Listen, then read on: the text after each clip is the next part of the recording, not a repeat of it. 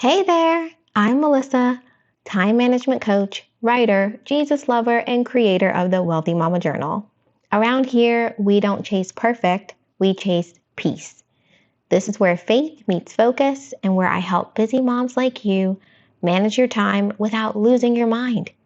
If you're tired of color-coded chaos and want to be rich in what matters most, spoiler, it's not laundry, then you're in the right place.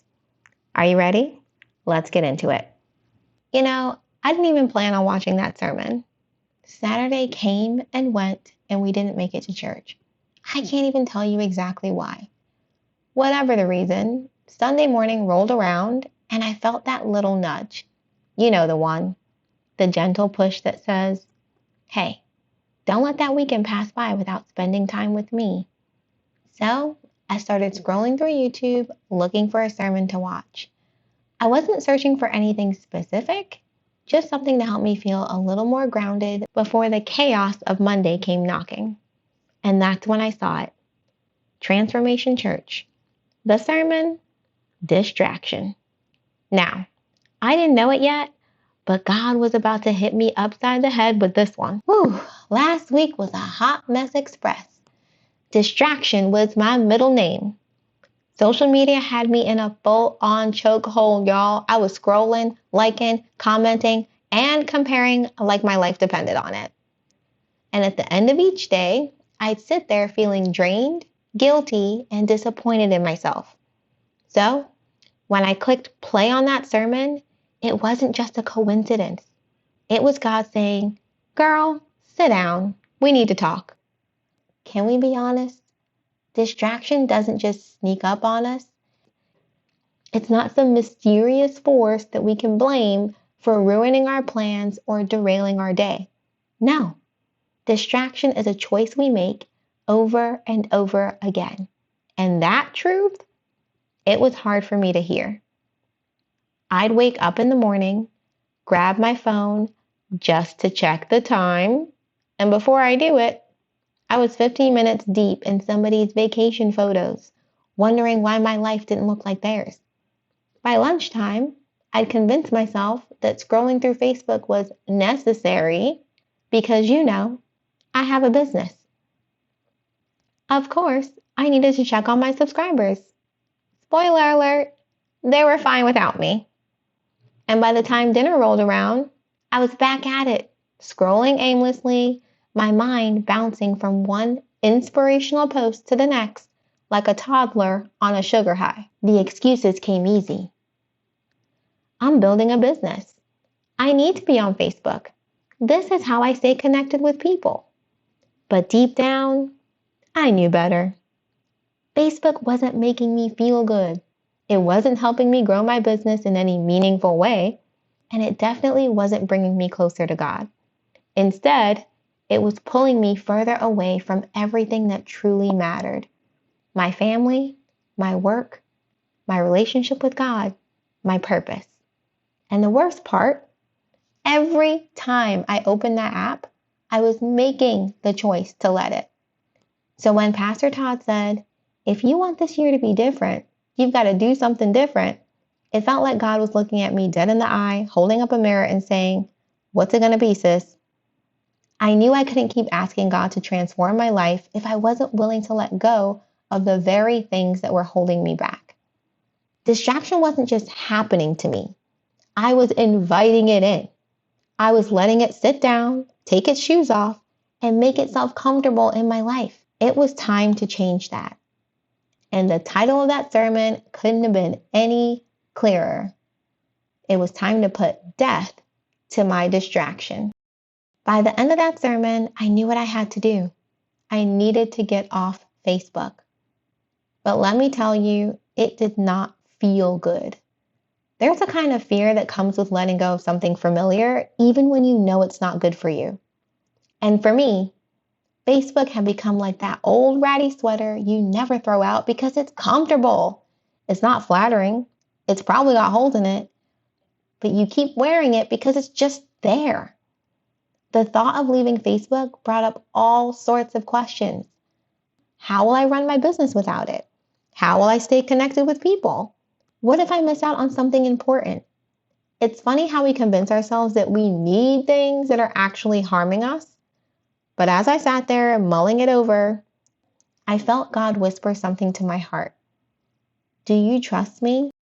And that's when I realized what this was really about. It wasn't just about quitting Facebook. It was about surrender. It was about letting go of my need for control and trusting that God would provide for me in ways that Facebook never could. So I made a decision. I gave myself 2 months to transition off Facebook. I still had commitments to fulfill, including a group program that relied on a Facebook group. So I wanted to honor that commitment while preparing to step away for good. But I knew I couldn't do it quietly. I needed to hold myself accountable. That's when I did something that felt even scarier than leaving Facebook. I made a video. I sat down, hit record, and started talking. In that video, I shared everything. My struggles with social media, the guilt I felt about how much time I was wasting, and my conviction to make a change. I admitted that this wasn't going to be easy for me, that I didn't have it all figured out, but that I was trusting God to lead me through it. And let me tell you, posting that video, that was a moment. There's always that little voice in your head that tries to sabotage you. No one cares. No one's even going to notice. Why are you even doing this? But I pushed past that voice because I knew this wasn't just about me. You see, I've been inspired so many times by other people's honesty, the way they share their struggles and make you feel less alone. I wanted to offer that same encouragement to someone else. So I posted the video, and as scary as it was, it felt like I was finally stepping into obedience. Once I made the decision to leave Facebook and shared it publicly, something unexpected happened. I felt free. I don't even have the words to fully describe the weight that lifted off my shoulders. It was like I had been carrying this invisible burden for so long that I didn't even realize how heavy it was until I put it down. You see, for weeks, no, months, I had been trapped in this endless mental ping pong game. Should I leave? Should I stay? But what about my business? What about my friends? Round and round and round it went, day after day, draining my energy and clouding my focus. But once I made the decision and put it out there for the world to see, all of the noise stopped. There was a stillness in my mind that I hadn't felt in a long time. And that stillness, that was God. For so long, I had been trying to solve my distraction problem on my own. I kept telling myself, just set a timer, just be more disciplined. But the truth is, I didn't need more discipline. I needed deliverance. And when I finally surrendered, when I finally said, okay, God, I'm trusting you with this, He showed me that obedience brings peace. It doesn't mean you won't feel scared or uncertain. It just means you're willing to move forward in faith even when you don't have all the details figured out. That's exactly what God was showing me through this process. It's not about you having it all together.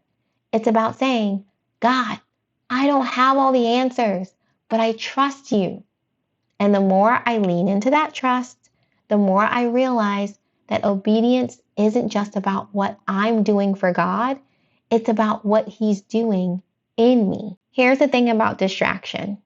We all have it. Maybe for you, it's not social media. Maybe it's Netflix. Maybe it's binge shopping on Amazon or saying yes to things you don't even want to do. Whatever it is, there's something in your life that's quietly pulling you away from the things that truly matter. And here's the hard truth. It's not going anywhere until you do something about it. That's what hit me so hard when Pastor Todd said, your distraction is your decision.